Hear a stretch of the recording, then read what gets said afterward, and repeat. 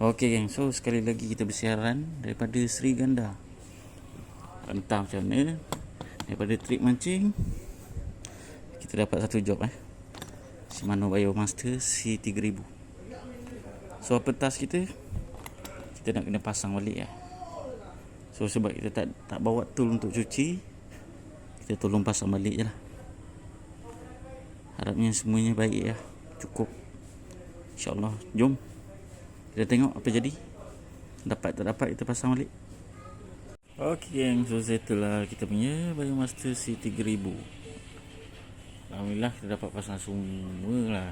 Tak semua lah, bahagian red washer ni ada problem sikit. So macam korang boleh tengok dia pakai felt ataupun red washer kapas lah. Okey, yang lain, bahagian red washer yang lain dah pun hancur macam ni. Dah hancur. So yang ni kita tak boleh tolong lah. Sebab barang kita tak bawa komplit. Nak buat macam mana kan? Kita tolong mana yang boleh. Untuk gearing tadi kita test ada rasa kasar tapi macam mana pun alhamdulillah kita dapat komplitkan reel ni. Dapat pasang balik semua. Semua dah terpasang. Cuma tinggal bahagian ni je lah. Owner reel ni kena settle kan.